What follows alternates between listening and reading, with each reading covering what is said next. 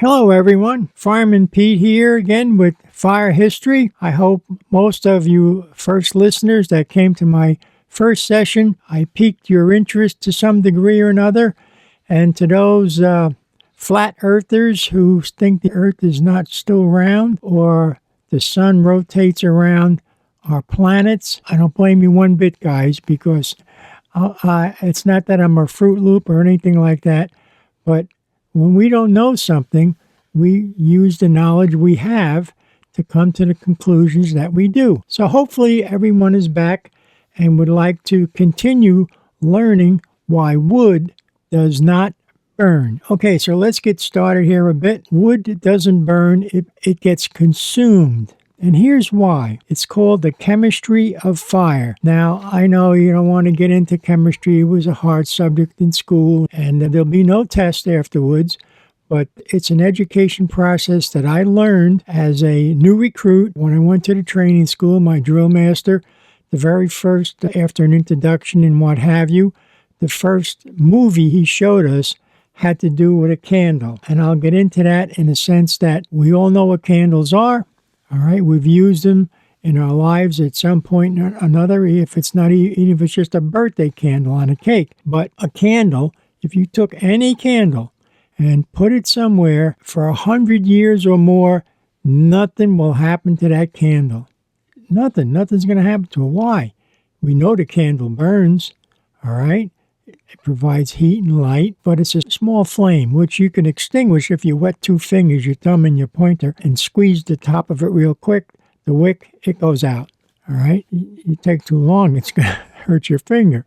But anyhow, it's called the chemistry of fire. So here's what happens when a heat is used to ignite the wick of a candle. So in the old days, we had what was called the fire triangle. The three sides of the triangle were you had to have heat of source of some kind, you had to have oxygen, and you had to have fuel. So with the candle, we have the heat from the match to light the wick. We have the oxygen in the air, roughly 21% now at sea level. And then you had the fuel, which was the wax. So those three things, the heat, the oxygen, or fuel, it affects different gases, liquids, and solids in a different manner. Now, when you provided the heat source with the match to the candle starts to burn. The wick starts to burn. The wax, the heat of the fire from the candle, the wick burning, causes the wax just beneath it to get absorbed up the wick, and that provides the fuel for the wick and the candle to burn, to create a flame. Now, within that small little flame, it was really, the drill master said to us, that within this little candle flame is the same thing that goes on when a fire is burning in a stove to heat the stove up for whatever reason, or it's burning in a campfire, or it's burning a warehouse down. Okay? Pretty much the same chemical reaction is going on. Now, it changes with different things are introduced, like a wax candle versus a wood log or gasoline or some other flammable material. But until these gases are heated up, and we started it with the match, they go up, the flame starts, the wick absorbs the melted wax, it goes up, the wax catches fire.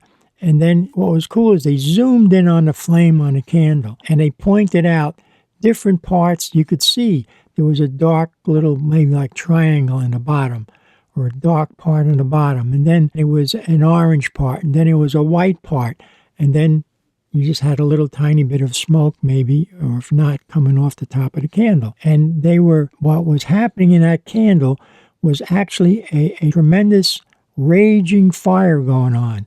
But it was just a small amount of it, obviously. And within that, as the candle wax ignited and started to burn, and they had to make the flame get higher and higher, which wasn't a really high fire. But within that, there's a chemical chain reaction going on, and atoms are being moved around, banged into each other. And what happens is these chemicals are released. Some chemicals are more flammable than others. They interact with each other in different ways as they heat up. And then eventually became the fourth side of the fire triangle, which was a chemical chain reaction, or the fire they call it, because this chemical chain reaction that's going on within the flame, this little tiny candle flame, is totally amazing. And it too interacts with other chemicals that are being in the flame as they're being heated up till it eventually becomes like white. That's probably the hottest part of the candle flame. And it bonds with other chemicals and creating new chemicals. That's why sometimes we have a wood fire versus plastic raincoat on fire. The gases coming off of them are different. They're bonding in different ways and giving off the different results. And of course, no smoke of any kind is good to breathe. That's why we would wear our Scott air packs. When we came on, we first had all service breathing apparatus, which was a canister with a mask and a hose.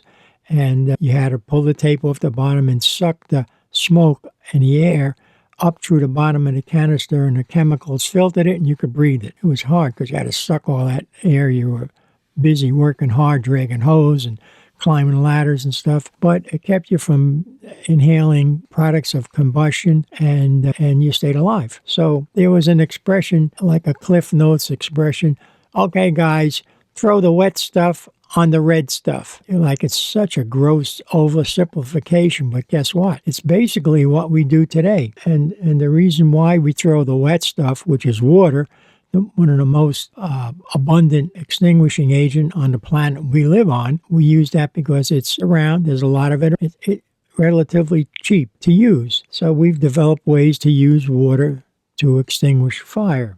Now, I'll give you an example so it makes more sense. Say you took a log, a wood log. It doesn't have to be a big wood log, okay, a couple feet long and 6 or 8 inches in diameter, and you set the log on fire. So you had to put a heat source and probably, if you want it to go quick, some flammable liquid on it to get it started. But once that log gets burning, it's burning itself up. It's consuming itself. Now, what it's doing is, as it heats up, it's giving off these combustible and flammable gases, and they're mixing with each other. The free radicals are mixing with each other, and then you have the chemical chain reaction bonding with other chemicals in the flame process, and now you have a fire going. So little by little, the log is being consumed by fire. So why do we use water on it? Well, the water puts out the fire, right?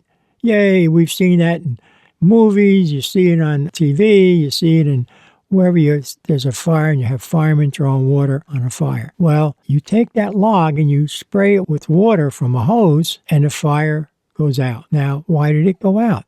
Why didn't it just keep making the gases that ignite and keep burning? What happened is the water cooled.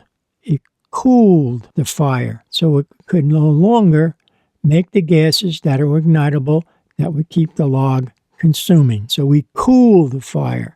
So that's, remember we talked about the fire triangle, heat, oxygen, and fuel?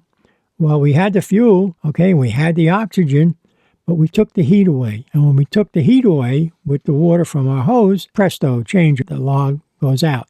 The same happens with a house, or it doesn't matter what the combustible material is, but most of them, you could put water on it to cool it so the vapors stop coming off, stop becoming ignited, and the fire goes out. So I hope that in some way, shape, or form made it more sensible to people listening to me raving on here a tad. We also know that everything is not made of wood. So we have different extinguishing agents for different kinds of fires. In almost everybody's house, you have a fire extinguisher. And when you look at it, it's going to have A, B, C, or D on it, or combination thereof. And what that does is that extinguisher is made to put out different types of fires or cool down the different types of fires. The A one would be basically a water, a pressurized water extinguisher, and you squirt the water on, cools it down, the fire goes out. The next one, the B one, would be for liquids and gases. You use the ingredients in the B extinguisher, and it will do the same thing. And then there's the C one for electrical fires. And the last one is a D, which is really, most people wouldn't have one of those around. It's for combustible metals.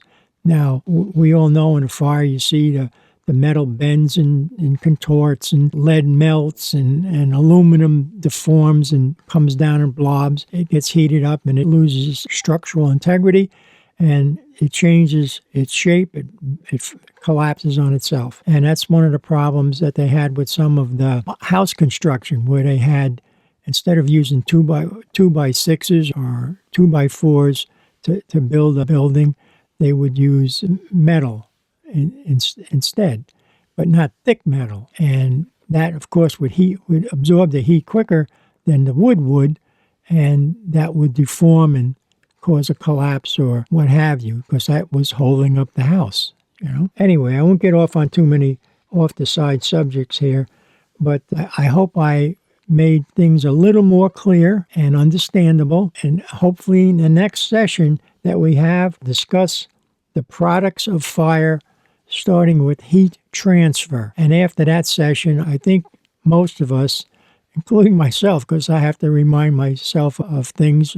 If I talk, I don't want to talk nonsense, which I'm entirely possible of doing, but I want it to be educational, enjoyable, and something we could learn in our lives to make our lives safer and better. So anyway, thanks a lot for listening. I appreciate you guys coming back and listening to me rave on a tad. So hopefully you'll continue, and we'll go on to, like I say, the next session of the products of fire. And after that, I think we should have a decent working knowledge. Once again, to one and all, thank you for listening. I hope you got some enjoyment or some knowledge out of this, and I hope you come back for some more. And thanks again. Stay well. Take care. Bye now.